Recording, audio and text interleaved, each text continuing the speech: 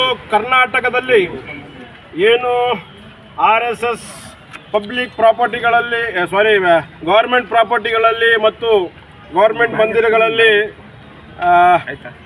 ಶಾಖೆ ನಡೆಸುವಂಥದ್ದು ಮತ್ತು ಅವರ ಚಟುವಟಿಕೆ ನಡೆಸುವಂಥದ್ದಕ್ಕೆ ಬ್ಯಾನ್ ಮಾಡ್ತೀನಿ ಅಂತ ಏನು ಹೇಳಿದರು ನಮ್ಮ ಸನ್ಮಾನ್ಯ ಶ್ರೀ ಉಸ್ತುವಾರಿ ಸಚಿವರು ಪ್ರಿಯಾಂಕ್ ಖರ್ಗೆ ಅವರು ಏನು ಹೇಳಿದರು. ಆ ಮಾತಿಗೆ ನಾನು ಅವರ ಉತ್ತರವನ್ನು ಕೊಡ್ತಾ ಇದ್ದೀನಿ. ತಾವು ಮೊದಲು ತಮ್ಮ ಇರುವ ಉಲ್ಲಂಘನೆಗಳು ಫಸ್ಟು ನೋಡಿಕೊಂಡು ಬೇರೆಯವರ ಬಗ್ಗೆ ಪತ್ರ ಬರಬೇಕು. ಅದಕ್ಕೆ ನಾನು ತಮ್ಮ ಈ ಒಂದು ಹೇಳಿಕೆಗೆ ತಮ್ಮ ನೈತಿಕತೆ ಇಲ್ಲ ಅಂತ ಹೇಳಿ ನಾನು ಭಾವಿಸ್ತೀನಿ.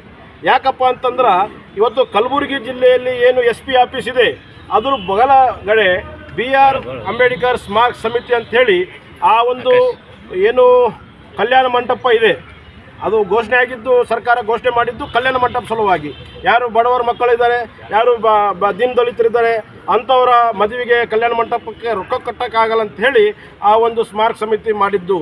ಅದನ್ನು ತಾವು ಏನಪ್ಪ ಅಂತಂದರೆ ದುರುಪಯೋಗ ಮಾಡಿ ಇವತ್ತು ತಮ್ಮ ಕರ್ನಾಟಕ ಪೀಪಲ್ಸ್ ಎಜುಕೇಷನ್ ಸೊಸೈಟಿ ಆಫೀಸನ್ನು ಮಾಡಿ ತಾವು ದುರುಪಯೋಗ ಮಾಡ್ತಾ ಇದ್ದೀರಿ. ತಾವು ದುರುಪಯೋಗ ಮಾಡಿ ಬೇರೆಯವ್ರ ಮೇಲೆ ತಾವು ಬೆರಳು ಎತ್ತಿ ತೋರಿಸ್ತದಂದರೆ ಇದಕ್ಕೆ ಯಾರು ನಂಬಲ್ಲ ಸ್ವಾಮಿ. ಫಸ್ಟು ನೀವು ನಿಮ್ಮ ವಿಚಾರಗಳನ್ನು ತಿದ್ದುಪಡಿ ಮಾಡಿಕೊಳ್ಳ್ರಿ, ನಿಮ್ಮ ಹಗರಣಗಳನ್ನು ತಿದ್ದುಪಡಿ ಮಾಡಿಕೊಳ್ಳ್ರಿ. ನಂತರ ನೀವು ಸ್ವಚ್ಛತೆ ಆದಮೇಲೆ ಬೇರೆಯವರಿಗೆ ಸ್ವಚ್ಛತೆಯನ್ನು ಕಲಿಸ್ರಿ ಅಂತೇಳಿ ನಾನು ಈ ಮೀಡಿಯಾ ಮುಖಾಂತರ ಹೇಳೋಕ್ಕೆ ಇಷ್ಟಪಡ್ತೀನಿ. ಅದೇ ಮುಖಾಂತರ ಪಾಲಿ ಮತ್ತು ಸಂಸ್ಕೃತಿ ಇನ್ಸ್ಟಿಟ್ಯೂಟ್ನ ತರದು ಎಷ್ಟು ವರ್ಷ ಆಯಿತು?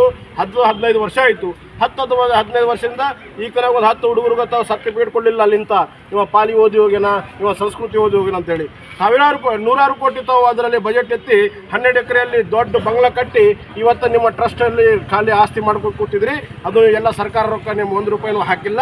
ಅಂಥವೆಲ್ಲ ತಾವು ಹಗರಣ ಮಾಡಿದ್ದು ತಾವು ಬೇರೆಯವ್ರ ಬಗ್ಗೆ ಈ ಥರ ಬ್ಯಾನ್ ಮಾಡಿ ಅಂತ ಹೇಳಿ ತಮಗೆ ನೈತಿಕತೆ ಇಲ್ಲ ಅಂತೇಳಿ ನಾನು ಭಾವಿಸ್ತೀನಿ. ಅದೇ ನಂತರ ನಿನ್ನೆ ಯಾರೋ ತಮಗೆ ಫೋನ್ ಹಚ್ಚಿ ಅವಾಚ್ಯ ಶಬ್ದಗಳಿಂದ ಬೈದರು. ಆದರೆ ತಾವು ಅದನ್ನು ಇದು ನೋಡ್ರಿ ತಾವೇ ನೋಡ್ರಿ ಅಂತೇಳಿ ಎತ್ತು ತೋರಿಸಿದ್ರಲ್ಲ. ಫಸ್ಟು ತಮಗೆ ಒಂದು ಮಾತು ಹೇಳೋಕ್ಕೆ ಇಷ್ಟಪಡ್ತೀನಿ ಸ್ವಾಮಿ.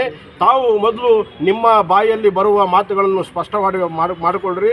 ನಂತರ ಯಾರೋ ನಿಮಗೆ ಬೇರೆಯವರು ಬೈಯೋದು ತೋರಿಸ್ರಿ. ಯಾಕಂದರೆ ನಿಮ್ಮದೇ ಬಾಯಿ ಬೊಂಬೈ ಆಗಿದ್ಬಿಟ್ರೆ ಬೇರೆಯವರು ಏನು ಅದ್ರ ಬಗ್ಗೆ ತಾವು ಹೇಳೋದು ಅವಶ್ಯಕತೆ ಇರಲ್ಲ. ಯಾಕಂದರೆ ತಾವು ವಾಡಿ ಮುನ್ಸಿಪಾಲ್ಟಿಯಲ್ಲಿ ಏನು ಹೇಳಿದ್ದು, ವಾಡಿ ಮುನ್ಸಿಪಾಲ್ಟಿ ಒಂದು ಪ್ರೋಗ್ರಾಮಲ್ಲಿ 2022ರಲ್ಲಿ ತಾವು ಹೇಳಿದ್ದು, ನಾನು ಮನಸ್ಸು ಮಾಡಿದರೆ ಒಬ್ಬ BJP ಕಾರ್ಯಕರ್ತರನ್ನು ತಿರುಗಾಡಕ್ಕೆ ಬಿಡಲ್ಲ, ಓಡಾಡಕ್ಕೆ ಬಿಡಲ್ಲ. ಖಾಲಿ ಚಿತ್ತಾಪುರ ಅಷ್ಟೇ ಅಲ್ಲ, ಇಡೀ ಕಲಬುರಗಿ ಜಿಲ್ಲೆಯಲ್ಲಿ ಒಬ್ಬ BJP ಕಾರ್ಯಕರ್ತರು ಓಡಾಡಕ್ಕೆ ಬಿಡಲ್ಲ ಅಂತ ಹೇಳ್ತೀರಿ. ಇದು ನಿಮ್ಮ ಬಾಯಿ ಒಳ್ಳೆ ಮಾತುಗಳ, ಇದು ನಿಮ್ಮ ಮಾತಾಡೋ ಶೈಲಿನ.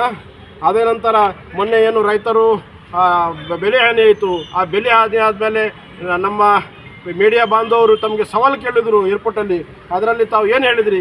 ಮೋದಿ ಅವ್ರಿಗೆ ಏನು ಹೇಳಿದ್ರಿ? ಅಮಿತ್ ಶಾ ಅವ್ರಿಗೆ ಏನು ಹೇಳಿದ್ರಿ? ಇಂಥ ಮಾತುಗಳು ನಿಮ್ಮ ಬಾಯಲ್ಲಿ ಬರೋದು. ಫಸ್ಟು ನಿಮ್ಮ ಬಾಯಿಯನ್ನು ಸ್ಪಷ್ಟ ಮಾಡಿಕೊಳ್ಳಿ, ನಿಮ್ಮ ಬಾಯಿ ನಾಲಿಗೆಯನ್ನು ಸ್ಪಷ್ಟ ಮಾಡಿಕೊಳ್ಳಿ. ನಂತರ ಬೇರೆಯವರು ಯಾರು ನಿಮಗೆ ಬೈತಾ ಇದ್ದಾರೆ ಅದನ್ನು ವೈರಲ್ ಮಾಡಿರಿ ಅಂತೇಳಿ ನಾನು ನಿಮಗೆ ಒಂದು ಅಭಿಪ್ರಾಯ ಹೇಳ್ತಾ ಇದ್ದೀನಿ. ತದನಂತರ ತಾವು ಇದೇ ಥರ ಮುಂದುವರಿಸಿದರೆ ಇವತ್ತು ನಿಮಗೆ ಖಾಲಿ ಫೋನ್ ಕರೆಗಳು ಬಂದಿರ್ಬೋದು. RSS ಸಣ್ಣ ಸಂಘಟನೆ ಅಲ್ಲ, ಪ್ರತಿ ಮನೆಯಲ್ಲಿ RSS, ಪ್ರತಿ ಗಲ್ಲಿಯಲ್ಲಿ RSS, ಪ್ರತಿ ರಕ್ತದಲ್ಲಿ RSS ಇದೆ. ತಾವು RSSನ್ನು ಈ ಥರ ಅವಾಚ್ಯ ಶಬ್ದವನ್ನು ಬಳಕೆ ಮಾಡಿ RSSನ್ನು ಬ್ಯಾನ್ ಮಾಡ್ತೀನಿ, RSS ಏನೋ ಮಾಡ್ತೀನಿ ಅಂತ ಹೇಳಿಬಿಟ್ರೆ ಇವತ್ತು ಖಾಲಿ ಫೋನ್ಗಳಲ್ಲಿ ಕರೆ ಬಂದದ. ನಾಳೆ ದಿವಸ ನಿಮ್ಮ ಮನೆತನಕ್ಕೆ ಬರ್ಬೋದು. ತಾವು ಹುಷಾರಾಗಿರ್ರಿ, ಇವೆಲ್ಲ ಚಟುವಟಿಕೆಗಳನ್ನು ಬಿಡ್ರಿ. ಆದಷ್ಟು ಬೇಗ ತಾವು RSSನ್ನು ಕ್ಷಮೆ ಕೇಳಿ, ಇದು ಸಮಸ್ಯೆ ಆಸಿ ಆಗ್ಯದ ಹೋಗ್ಯದ ಅಂತೇಳಿ ನಮಗೆ RSSದವ್ರನ್ನೂ ಕ್ಷಮೆ ಮಾಡ್ತಾರೆ ಅಂತೇಳಿ ನಾನು ಭಾವಿಸ್ತೀನಿ.